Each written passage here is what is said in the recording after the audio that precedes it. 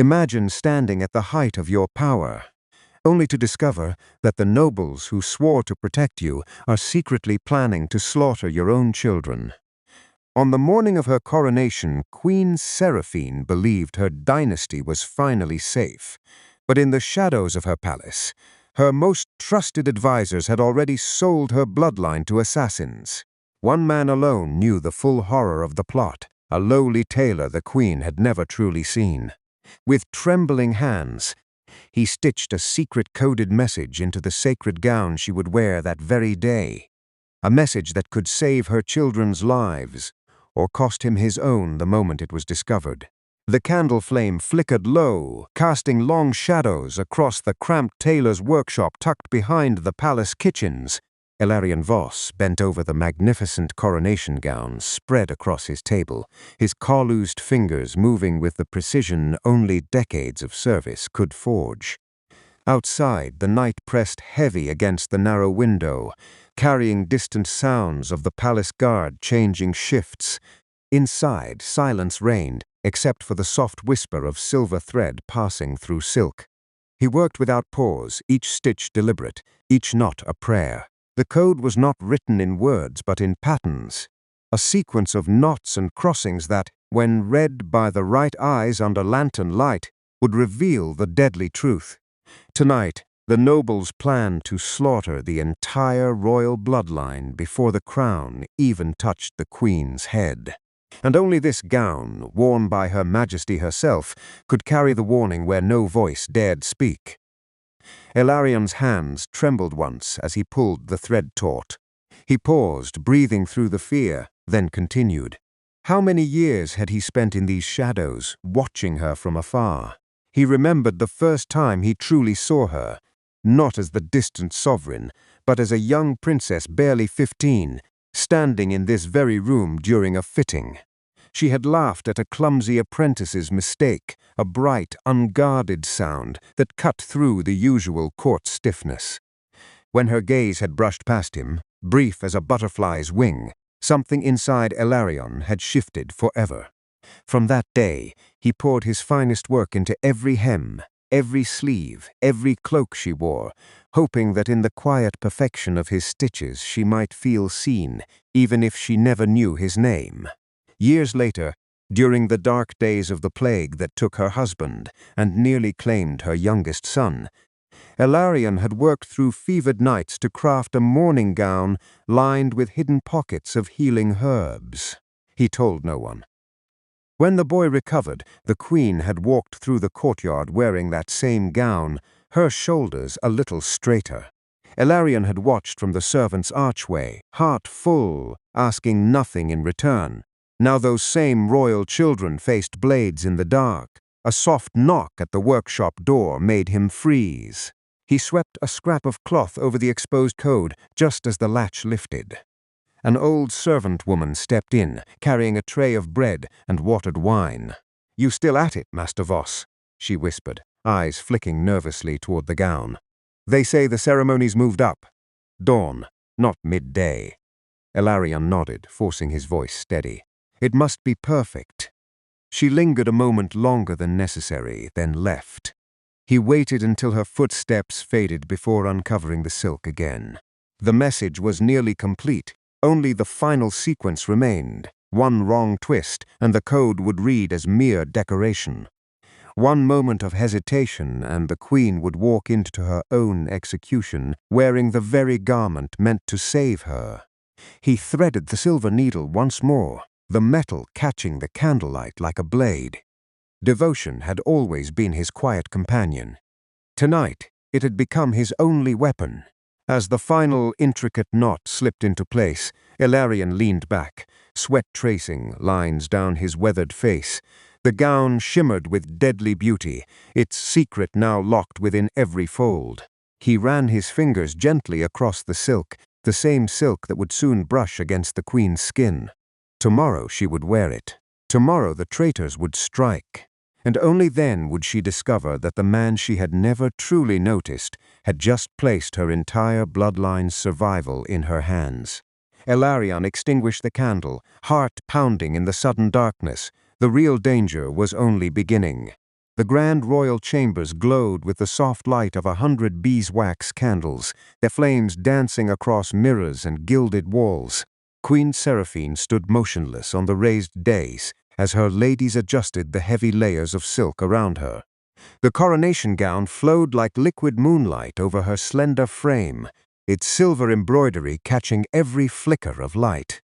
She appeared the very image of regal serenity, yet inside a quiet unease stirred. "Hold still, your majesty," murmured Lady Vesper, her chief attendant, as she fastened the final pearl clasp at the queen's throat.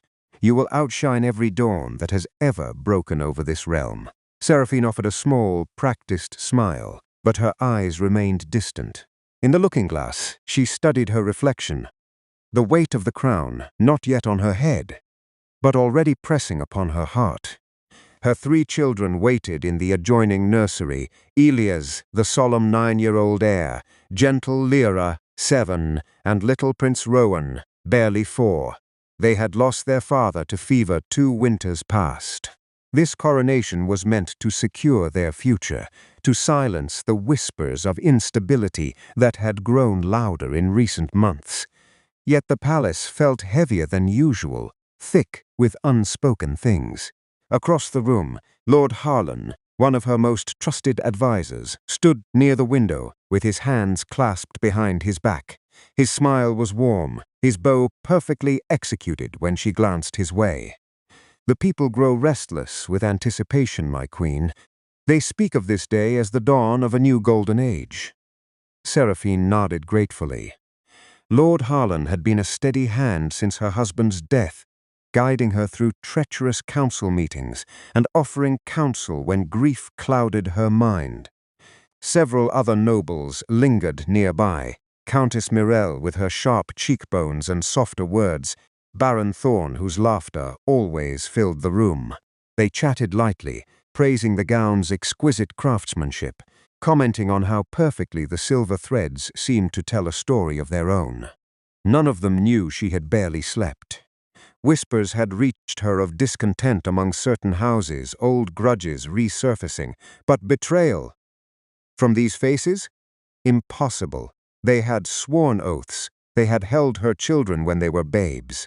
She pushed the nagging doubt aside and lifted her chin. "The gown is remarkable," she said softly, running her fingers along a delicate seam.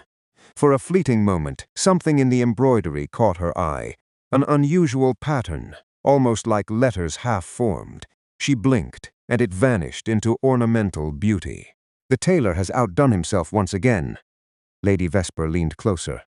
"Shall we send for him to make last adjustments, your majesty?" Seraphine shook her head. "There is no time. Dawn approaches quickly." She turned from the mirror, the heavy silk whispering around her ankles like a secret it longed to tell. Outside the tall windows, the sky was beginning to pale. Soon the great hall would fill with music, incense, and the gathered nobility of the realm. Soon she would stand before them all and claim the throne for her bloodline. A soft knock sounded. A servant entered carrying a small tray of herbs steeped in wine. "For your nerves, my queen." She accepted the cup, unaware that Lord Harlan's gaze lingered a fraction too long on the liquid. His expression remained kindly, yet, in the shadow beneath the window, his fingers tightened imperceptibly around the hilt of the ceremonial dagger at his belt. Seraphine drank, feeling the warmth spread through her chest. She thought of her children sleeping peacefully down the corridor, of the future she would secure for them today. The weight of the gown felt strangely comforting, as though it carried more than mere fabric and thread, as though invisible hands still worked to protect her. But as the first rays of dawn touched the horizon, a distant bell began to toll, calling the court to assemble. The queen drew a steadying breath and stepped toward the doors, the magnificent gown trailing behind her like a river of starlight. She had no idea that within its folds lay the only warning that could prevent her children's blood from staining the marble floors before the ceremony even reached its height.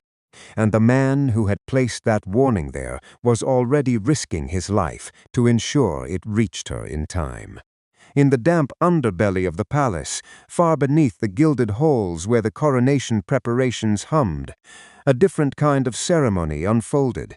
Lord Harlan stood at the head of a long oak table in a forgotten wine cellar, his face lit by a single lantern. Around him, 6 men and 1 woman, trusted nobles all, leaned forward with hard eyes and sharper ambitions. "The Queen drinks the sleeping draught as we speak," Harlan said, voice low and steady.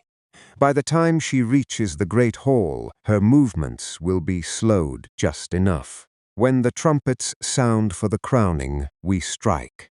First the Queen, then the children in the royal nursery. No survivors, no mercy." A cruel smile curled Countess Mirelle's lips. "The bloodline ends today, and we shall be the ones to write the next chapter of this realm." They raised their goblets in silence, sealing the pact with wine, the color of fresh blood. Each of them had their reasons, old grudges, mounting debts, hunger for power. But together they formed a blade aimed straight at the heart of the dynasty. The plan was flawless. The guards on the eastern wing had already been bribed. The assassins waited in the rafters above the throne. Nothing could stop them now. Meanwhile, in the servant corridors, Ilarion hurried through the shadows with the finished gown wrapped carefully in plain linen. His heart hammered against his ribs. Every footstep echoed too loudly. Every distant voice made his skin prickle. He had no permission to be in this part of the palace. If caught, the excuse of final delivery would not save him. He pressed himself against a cold stone wall as 2 guards passed, laughing about the coming festivities. Once they disappeared around the corner, he continued, clutching the bundle like a dying man clings to his last breath. The weight of the silk felt heavier than steel. Inside it lay every hope he had ever carried for the Queen and her children. The same children he had once sewn tiny embroidered animals for during long winter nights. A side door to the royal dressing chambers stood ajar. Ilarion slipped through, breath shallow. Lady Vesper's back was turned as she arranged jewelry.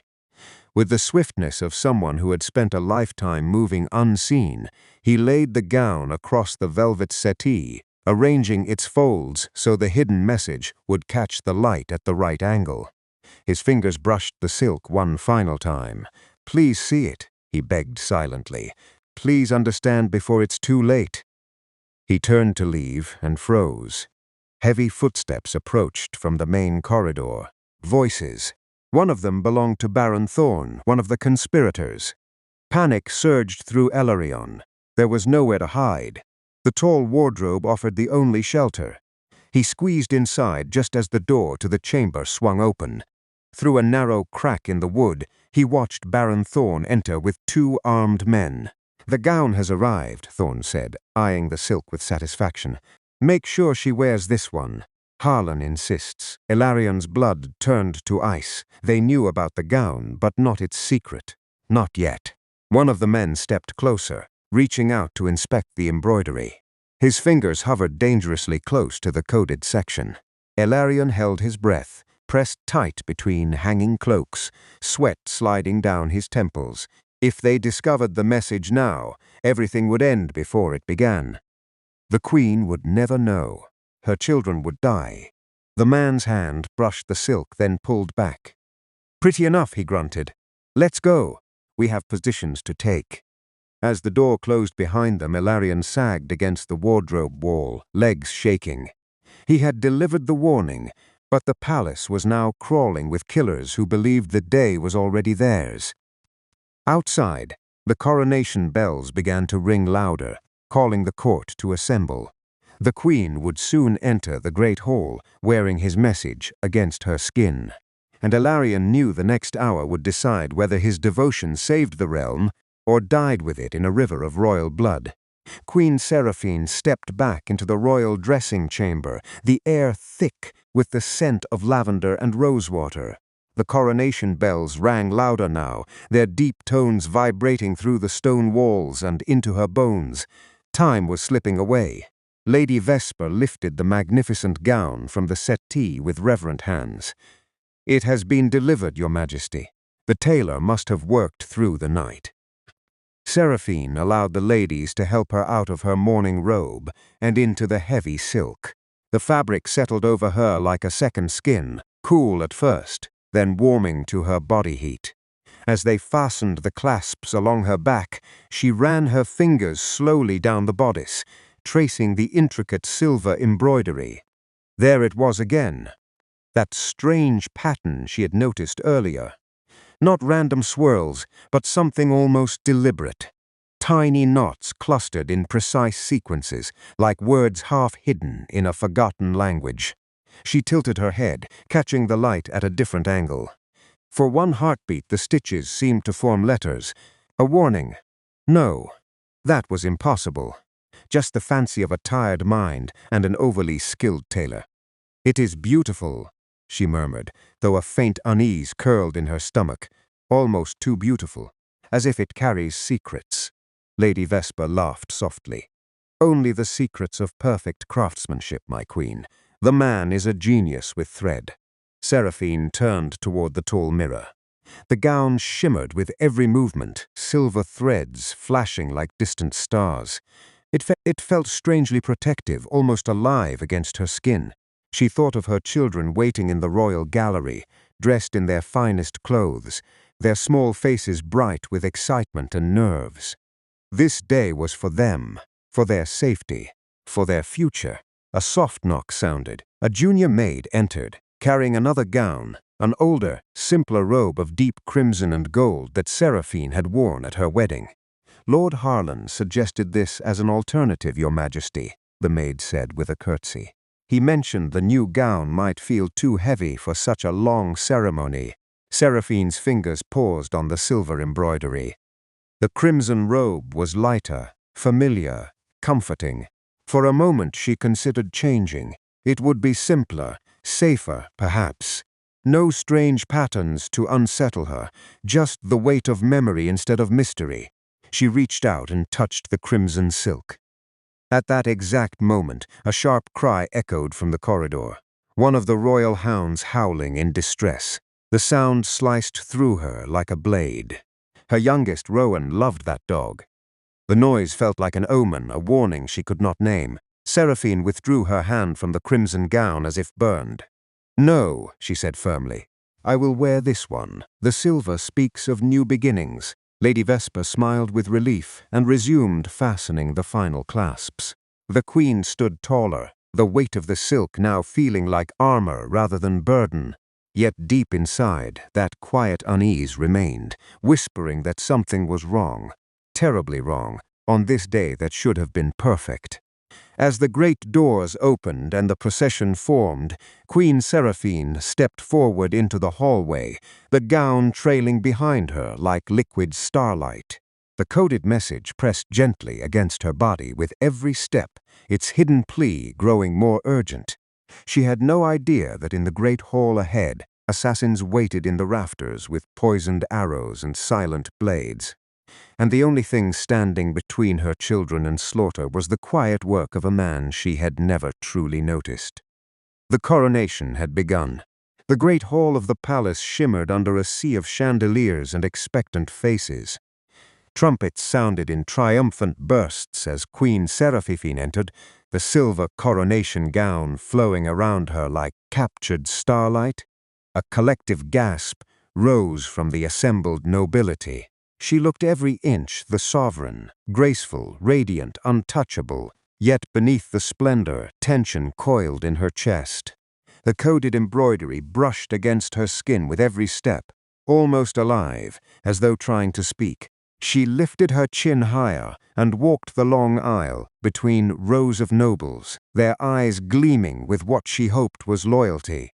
Her 3 children sat in the royal gallery to her right, Elias gripping the arms of his chair like a little king already, Lyra clutching a small bouquet, and little Rowan waving shyly at her. Their innocent faces tightened something deep inside her. For them, she thought. All of this is for them. Lord Harlan stood near the throne dais, smiling warmly as she approached. He bowed with practiced elegance. "Your Majesty, the realm awaits its true ruler." Seraphine took her seat on the ancient throne, the heavy gown settling around her. The high priest stepped forward, carrying the crown on a velvet cushion. The ceremony had begun. High above, hidden among the carved rafters and shadowed alcoves, the assassins waited. 3 of them, black-clad and silent, had taken positions during the night. One knelt with a crossbow trained on the queen's heart. Another held a poisoned dagger, ready to drop behind the throne. The third watched the royal children with cold, patient eyes. A single signal from Lord Harlan and the bloodbath would begin. In the servants' antechamber just beyond the hall, Ilarion pressed against the heavy curtain, heart slamming in his throat. He had no right to be here, yet he could not stay away.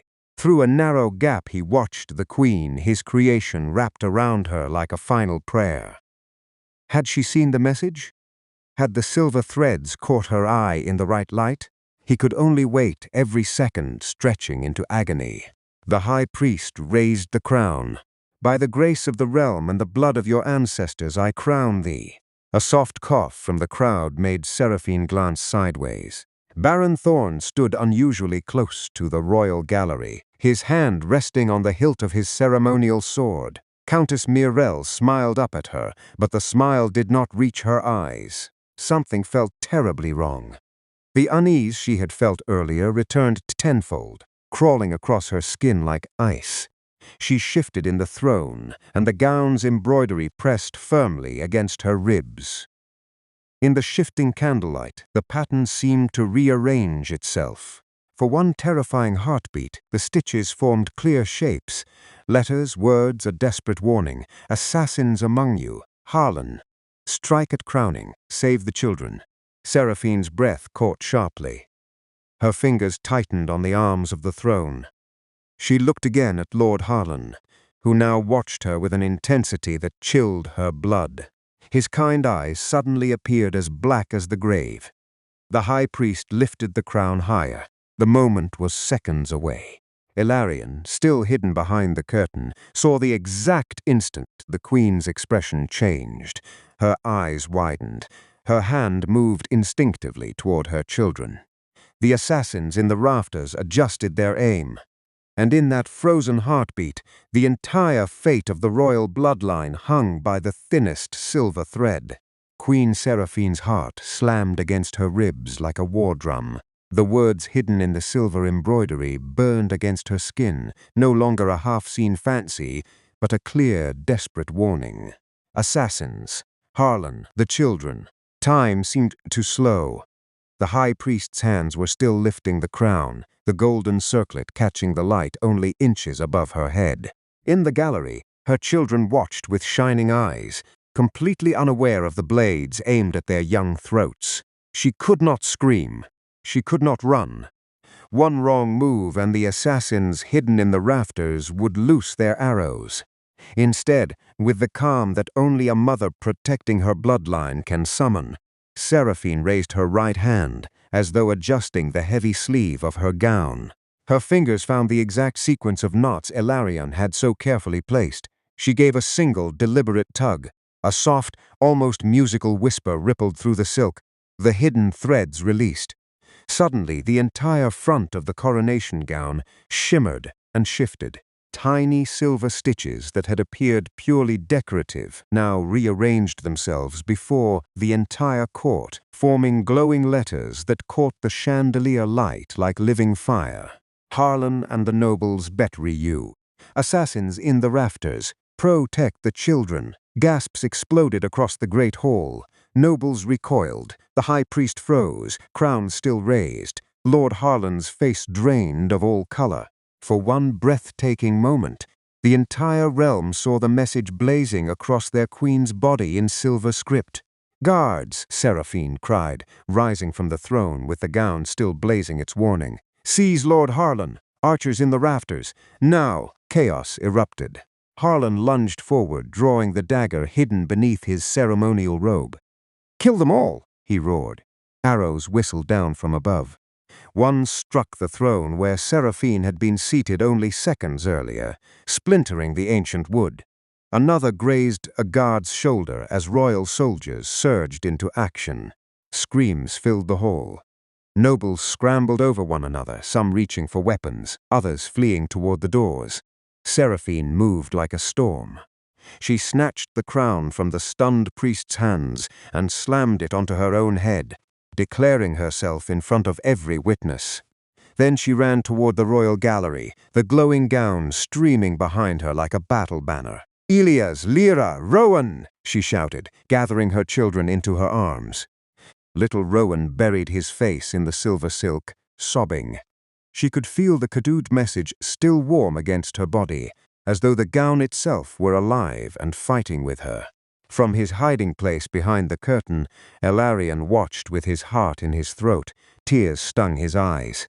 She had seen it. She had understood. But the battle had only just begun.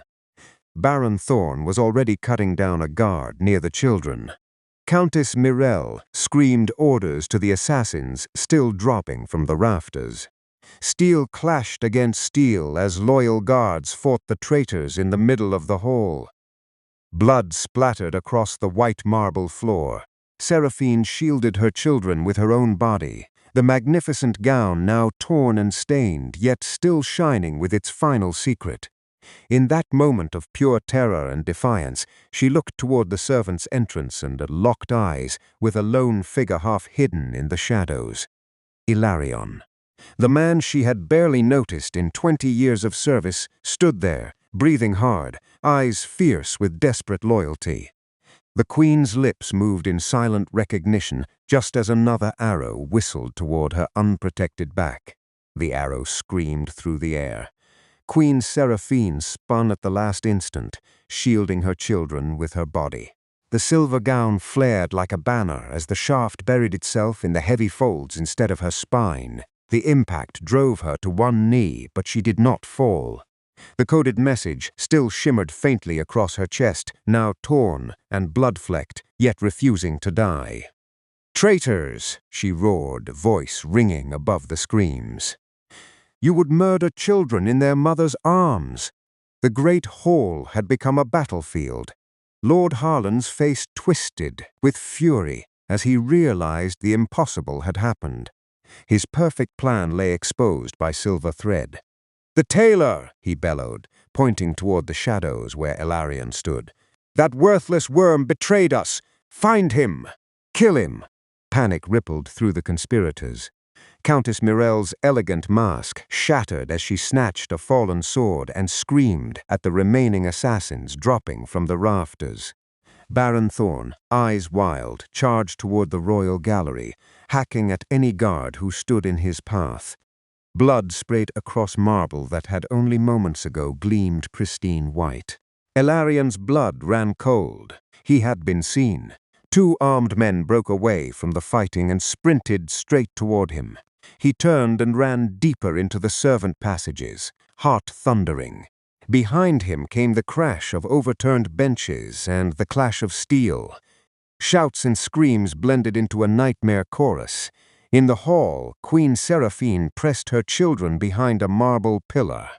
"Stay down," she ordered, her voice fierce even as fear clawed at her throat. Elias tried to stand and fight like the little heir he was, but she pushed him back gently.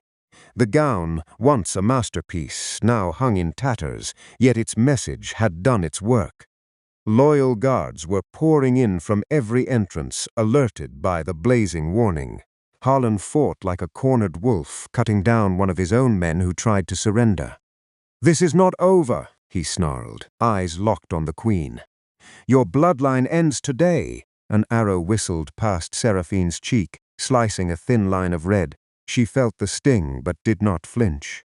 Her gaze swept the chaos, searching for the one man who had risked everything.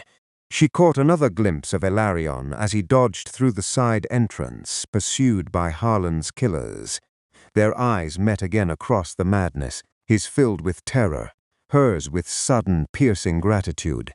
"Protect the Tailor," she shouted to her guards. "Bring him to me alive." But the order was nearly lost in the roar of battle.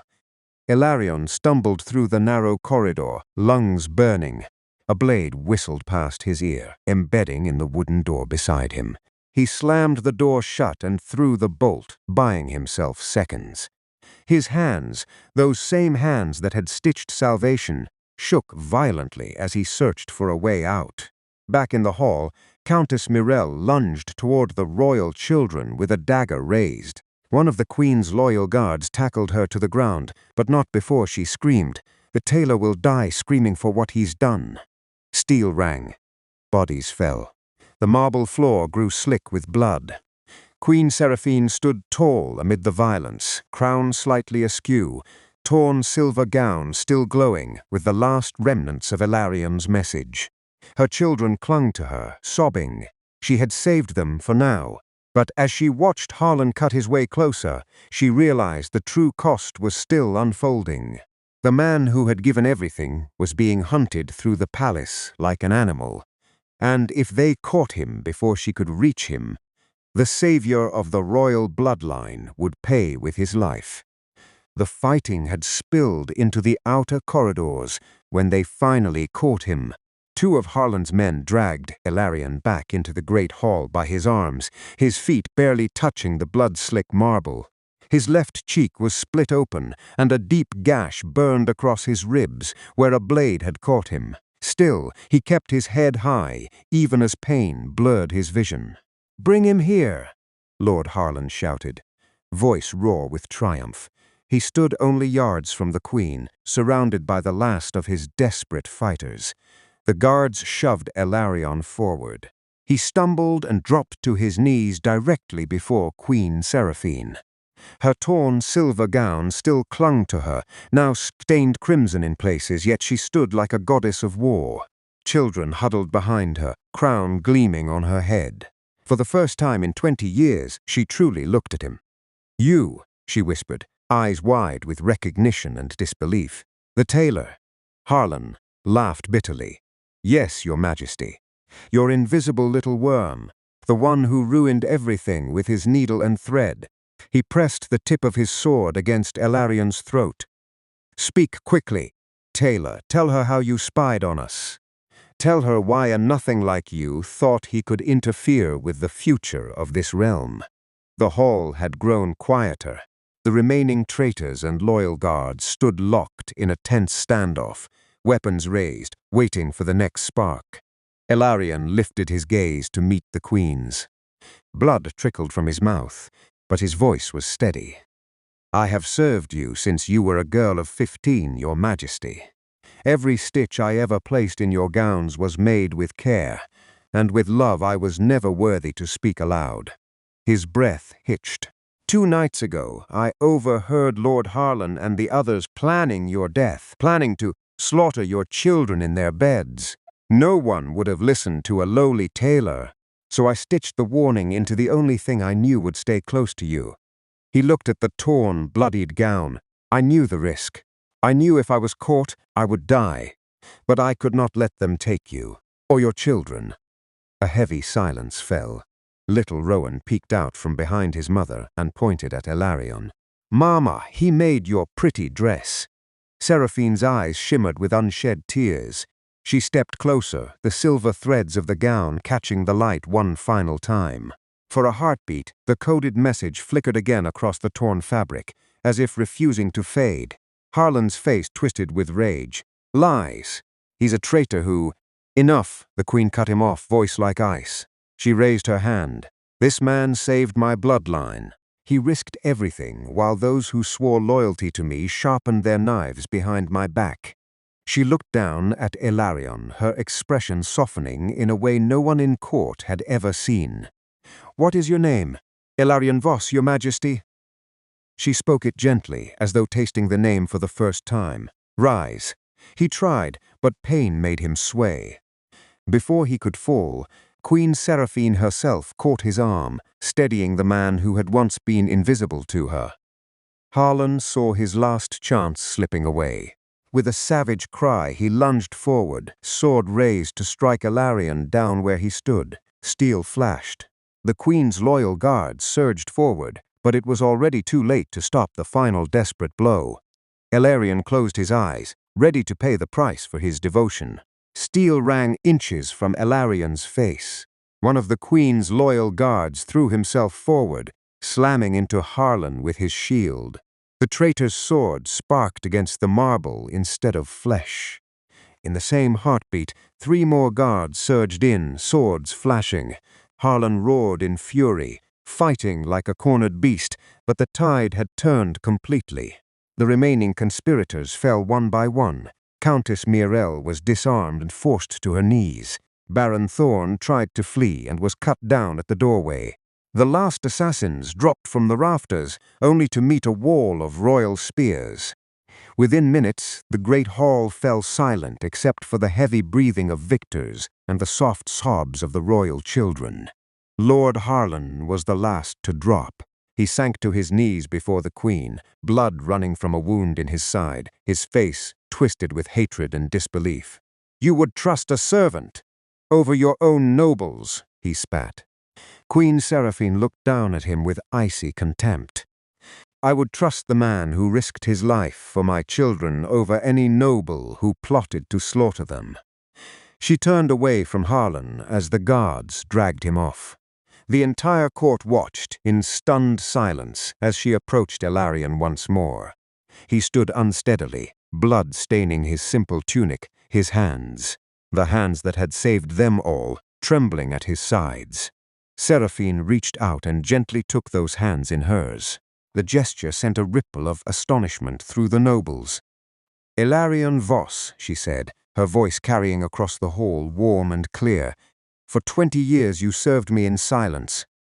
You saw me when I was a frightened young princess, when I was a grieving widow, and now when I was blind to the knives at my children's throats. Today you proved that true loyalty is not measured by title or birth, but by courage and heart." She released one of his hands and touched the torn silver embroidery on her chest. The coded message had finally gone dark, its duty fulfilled. "Kneel," she commanded softly. Ilarion lowered himself to one knee, wincing in pain. Queen Seraphine lifted the crown from her own head for a moment and placed it briefly upon his before setting it back on hers. "By the power of the realm I now fully claim, I name you Sir Ilarion Voss, Master Tailor and Protector of the Bloodline. Your name shall be written in the royal chronicles beside the greatest heroes of this age. From this day forward you sit at my council table, not as a servant, but as a trusted friend." A roar erupted from the loyal guards and the gathered court. The cheer spread like wildfire, echoing through the palace halls and out into the city beyond. "Long live the Queen! Long live Sir Ilarion!" Little Rowan broke free from his siblings and ran to Ilarion, throwing his small arms around the tailor's neck. "Thank you for saving Mama's dress," he whispered. Ilarion's eyes filled with tears as he hugged the boy gently. When he looked up, Queen Seraphine was smiling at him, the same bright, unguarded smile he had cherished since she was 15. She helped him to his feet and kept her hand on his arm as they faced the court together. For the first time, the man who had lived his life in shadows stood in the full light of the realm, no longer invisible. Later that evening, as the palace lanterns were lit and the blood cleaned from the marble, Queen Seraphine visited Ilarion in the royal infirmary. She sat beside his bed in a simple robe, her crown set aside. "I never truly saw you," she said quietly. "Not until today. Forgive me." Ilarion shook his head, voice thick with emotion. "There is nothing to forgive, Your Majesty. I only ever wanted you and your children to live." She placed her hand over his. "Then live with us now, Ilarion. Not in the shadows, but at our side. Outside, the kingdom celebrated long into the night. A lowly tailor's silver thread had not only saved the royal bloodline, it had stitched a new future where loyalty mattered more than blood, and where even the humblest hand could change the fate of a realm. And in the quiet glow of the infirmary candle, a queen finally saw the man who had always seen her. If this story has you hooked, if you can feel that slow, gripping tension, go ahead and like, subscribe, and share it with someone who enjoys unforgettable storytelling. New stories drop every day, each one more intense than the last. And before you leave, drop a comment telling me where you're watching from and what time it is there. I love seeing who's part of this journey. We may be wrapping up here, But the drama doesn't end. If your pulse is still racing, keep it going. The next 2 stories on your screen go even deeper, darker, bolder, impossible to ignore. Subscribe so we stay connected. Then pick one and dive in. Your next obsession is just 1 click away.